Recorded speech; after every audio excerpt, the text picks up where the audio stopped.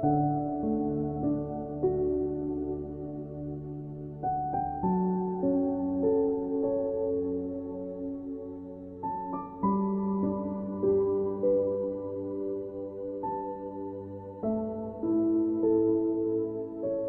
and welcome to the greatest Tamil science channel. I'm your host Vishakha, and we continue our conversation on meditation with Dr.C.K.Nandagopalan. Hello sir. Good morning to you, Vishakha. In our last episode, we spoke about what is meditation, and obviously a lot of you would want to do meditation, must be doing already. So is it possible really to learn meditation? Is there a technique or different kinds of techniques of meditation, and how do you learn meditation? Can you really learn meditation? Sir is going to talk about a little more about that so we can understand on learning meditation. So sir,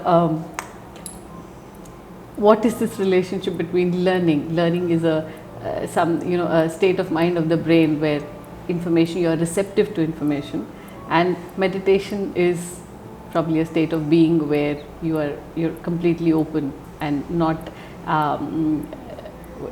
corrupted by any thoughts or emotions, etc. So how do you learn meditation? Is it really possible to learn meditation? The concept of learning, the concept of meditation are two different things, first of all. Learning is something, I'll explain you what it is. Any learning for a man or a woman or for a human being is you need the sensory organs, right? Right. And you need some language or action, right? So if you go to a Kalahari desert to a bushman and give him an Apple phone, he will not know what it is, right? He has not seen such thing in his lifetime. Even if you teach him, you cannot teach him. Because he has never seen a metal, he has never seen a glass. He doesn't know anything. He knows how to go hunt, eat and sleep. That's all he knows. Right. So learning is a process in which you try to learn what is that required to you. How to walk, how to talk, how to eat, all those kind of things. How to learn a language, how to read a book, how to ride a cycle, how to drive a car, how to do a swimming, all kinds of things. Then you go to school, then you go to college, all those kind of learning for which you need the sensory organs.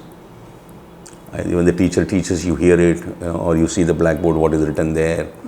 All that you need the media of language. The first thing is sensory organ, the second thing is the media of language. That's how I can teach you, no? So that becomes a learning. Yeah. So when there is question of learning, either you learn on your own. In education, you learn together. A teacher comes and teaches you. You don't know what is mathematics. So they teach you addition, subtraction, multiplication, whatever, and then they slowly take you to further up. They first teach you numericals. Then they teach you the basic mathematics, like that, right? So everything you need a sensory organ. Without sensory organs, you cannot. You cannot learn, right? Then even if you have the sensory organ, you have to have the language next. So there are two tools are required here. One is the sensory organs and your perfect normal brain. It is also another sensory organ, almost. And then language. Is there a learning without your sensory organs and a language? I don't think so, sir. There is. That is? That is what is your meditation. Receiving without using the sensory organs? You don't need the sensory organs at all. The question is there a learning without your sensory organs and the language? I wish you understand this. My only question is, would that be called learning then? Is that a learning? You may not call that as learning. There are people who call that as inward journey and all that stuff, inner engineering. So many words are called. Yeah. Meditation do not come under the concept of learning. Right. You cannot learn meditation. It does not come, it is beyond the concept of learning. There is something which that you can realize without your sensory organs and the language. When the child is born, do you think it knows the language? No. Okay, we'll come to this. Man is a bundle of memory, acquired memory. Let's not go into the embedded system of memory where the cells are functioning. Man is a accumulation of memory. If a guy who was born after 1990, by the time he came to his teens, 15, 16, in 2005-6, he was fully exposed to all electronics. Yeah. We are in 2020. Now your touch phone has become your brain, right? Yeah. Even somebody, you want to ask somebody, can I have your father's number or wife's number or mother's number?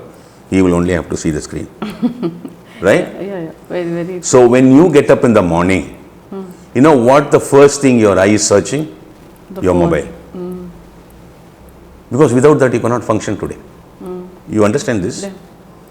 So it's literally become your more important than your brain. Your cell phone is lost, you're finished. You are left in the middle of the desert today. Those guys who were born after 1985-90. Yeah. Now I'll tell you something. When you get up in the morning, the moment you come to an awakening stage, opening up your eyes, you are out of the sleep. If your memory doesn't come, what happens to you? It's a scary thought. It's a scary thought. It's just a scary thought? Yes, it's a scary thought. You know why? You're so attached to your memory. Your bundle of memories. Right? You don't know that I am Vishaka. You don't know anybody at home. You see them new. You don't know that it is my son, it is my daughter, it is my husband, it is my mother, nothing. You can't read anything because you don't know language. You cannot operate your mobile phone, you don't know what it is. Because your mind is washed, wiped off. Like the way you lost your cell phone, all your data, your phone numbers, everything is there. Your internet connection, everything is there. You're gone, you're finished. What do you do, next? You will go to somebody, sir, can I please borrow your mobile? I just want to make a phone. You will make a phone to your husband or anybody closest. I'm stuck here, please come and take me and go. Right? Yeah. Then you go buy a mobile phone. It is there in your Google data. You Download. bring back all your datas. Right? Then only your lives come back. Correct? Now when you get up in the morning, all your memory is wiped off. Then what happens? We have to read. You don't know anything. If somebody give you food, you won't even know that it is coffee or tea. Nothing you know. You will ask, what is this? Or you may not even know the language to speak. You have never seen a cup and saucer and a tea poured in It's that. like being reborn. Yeah. You're 40 years of age and you have lost your complete memory. You don't know any language. You don't know anything. You don't know who you are. Nothing. Your mind is completely empty. Then what happens? You're going to learn everything back again? Probably. That status of losing your memory is what is meditation. It cannot be learned. You understand? I'll further explain you. You go to a mall for shopping. You see somebody there whom you know, your old classmate, whom you have not met for 20 years, who studied together in the school with you. You see her sitting in a restaurant and eating. You recognize her. So, now in this scene, your visionary is sensory organ.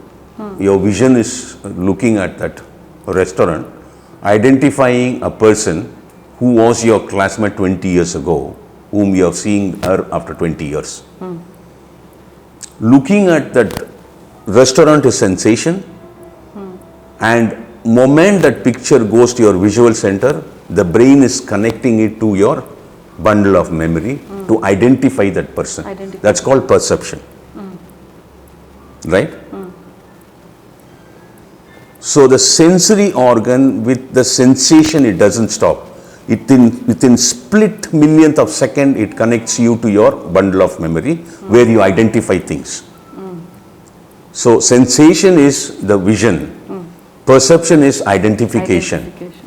Right? Connection to a memory. To delink the sensation and the identification, that means to delink your sensation and the bundle of your memory is meditation.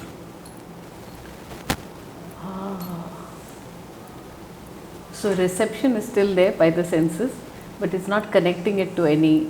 This does not come under the concept of learning at all, because learning is something, it is verbal understanding.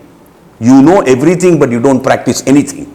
That learning is a waste. It's a garbage.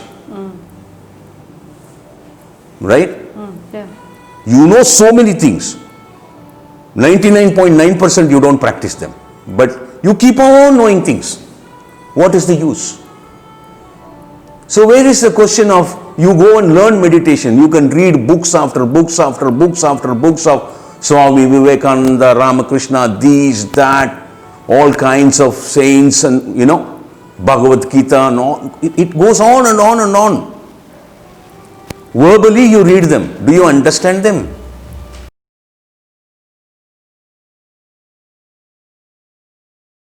I think even if we do understand them intellectually, imbibing it's not going to be very easy. Maybe intellectually you can understand, this might happen or this should happen. No, what is experienced and what is explained. I experienced something, I am Lord Vivekananda. I have explained it in my book. That is only applicable to me, not to you. True. It's like so somebody is never. It is like going and seeing a picture which is taken out of imagination in a theatre. Yeah. A Spider-Man flying, a Superman going and saving the world. So the meditation is not under the concept of learning, wherein you cannot go to a guru and learn meditation. All those mythology and theology and everything what they in Indian subcontinent, which is the highest land for jnana, is written so many things by the ancients about the word guru. That word guru is not your teacher. It's your internal. It is the guru. Jupiter. Okay. Sagalagala Vidyagar Guru, master of all arts, is Jupiter in your solar family. That master of all arts is in your body, is the liver. The maximum connection the brain has with one internal organ is the maximum relationship, is liver. His liver. Now how are you going to cleanse this liver to make your brain comfortable? Because meditation is nothing to do with your physiological system.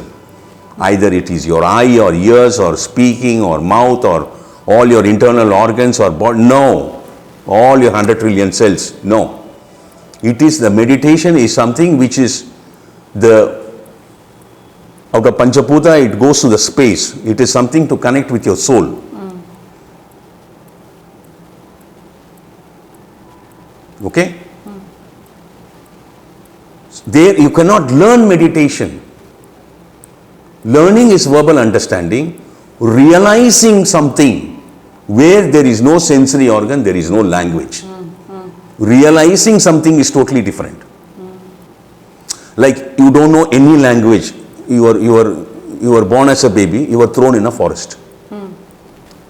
Somehow the animals helped you to grow. When you were a small baby, the animals gave you milk. You have grown. Now you are 26 years of age. You don't know any language. Right.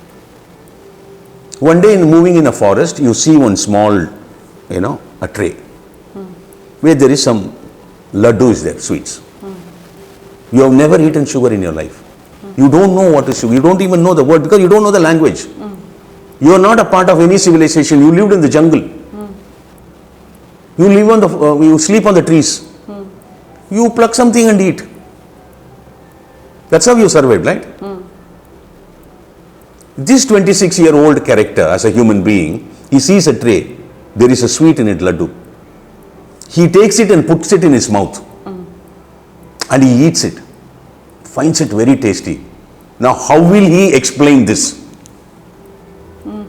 He can't. He can't. Okay, I will tell you some more. You go on thinking from the time you get up to the time you go to sleep. Right? How do you think? What is that thinking process? The thinking process by itself is because of the language only it runs. Yeah. Right? Language or the images? One of them. No, language. Oh, my daughter, she would have gone to sleep by now. I don't know, I have kept food for her, whether she has eaten that food or not. I told her that I kept that in the fridge, inside the fridge, whether she must have forgotten. Like, it runs with the language you have learned. It's an inner conversation. Yeah. And based on the language. Suppose you don't know any language, what will be your process of thinking? You only images. No. You imagine or you, you dream or you do whatever you want, yeah. You don't know any language. Now, this character the baby was born and somebody threw it in the forest and went off. And he has grown 26 years now. He doesn't know any language. Now, what will be his process of thinking when there is no language in his brain?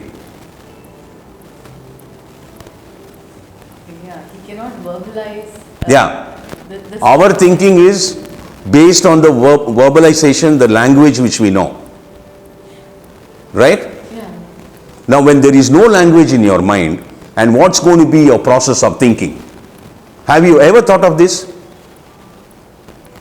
Have you ever in this 45 years of your lifetime, have you ever thought, what will be my process of thinking when I don't know the language? Have you ever thought or not? Say yes or no. Yeah, but... No. Have you ever thought of this? Only one answer I want, yes or no. Yes, because I'm personally, because I'm conscious of the language that I use when I'm thinking. Adella, I don't want ma. Have you ever thought, if I don't know the language, what will be the way in which I will think? No, maybe. You have not thought. I've not thought. That is what is meditation. And this meditation cannot be taught by any guru to you. You have to be your own guru. So I have a small question.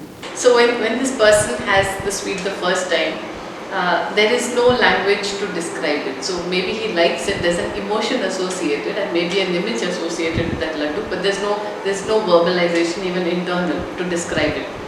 When the person has the laddu the second time, now there's a memory associated with the sweet. So he knows that if I eat this, this is the taste I'm going to get. Maybe not verbally, but... You are right. So, isn't this a memory already? It did not need any words. Okay, this guy has seen this tray. For the first time I'm seeing something nice in color, round sweets, laddus. And the first time he's touching it, taking it, all the experience, he's enjoying it, putting it in his mouth. He knows it's something to eat. Right. He just lick it, it's sweetish, he'll put it in his mouth, enjoy it. Now he has picked up his memory. After 6 months, he's somewhere else, he sees the same tray. Oh my God, that, you will think what I had before the same thing.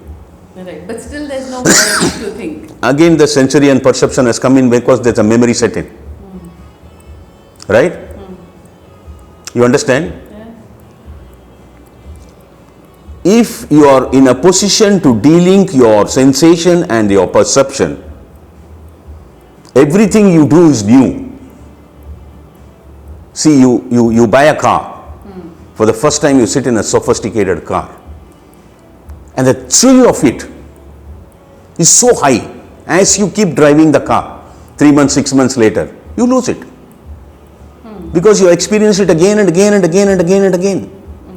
If there is no perception coming in here, every time you come and sit in this car, it's a new experience for you. That is meditation. You got the point? Yeah. When there is meditation which runs in you, there won't be hatred, because everything is a new experience. How you get tired of people? Because of your familiarity. True. Yeah. You see your husband every day new, you see your children every day new. So that means a meditation is something which has to be a part of your daily living all the time. It's not something I close my eyes and I fold my legs and I sit in a corner for 4 hours and I come out and say that I do meditation for 4 hours in a day. No. By closing your eyes and folding your legs, what happens? Your brain becomes dull. You cannot even go anywhere near the process of your thinking. Right? Yeah. All that you gain, you may gain is not talking to people, you may gather up little energy inside you. Meditation is to open up your eyes and see what is out there. Now we are all seeing what is that we want to see. Seeing what is out there is meditation. With no association to any previous Yes. experience. Yes. Then only you can see the nature.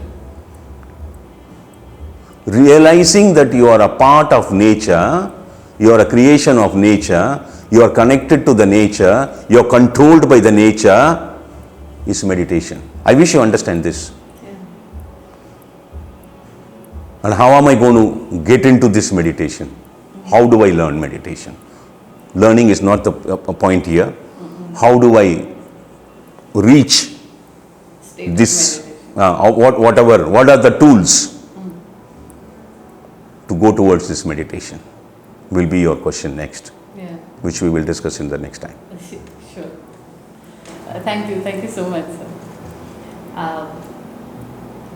I'm sure you've realized now, and realized is an important word, because meditation cannot be learned, it can only be realized.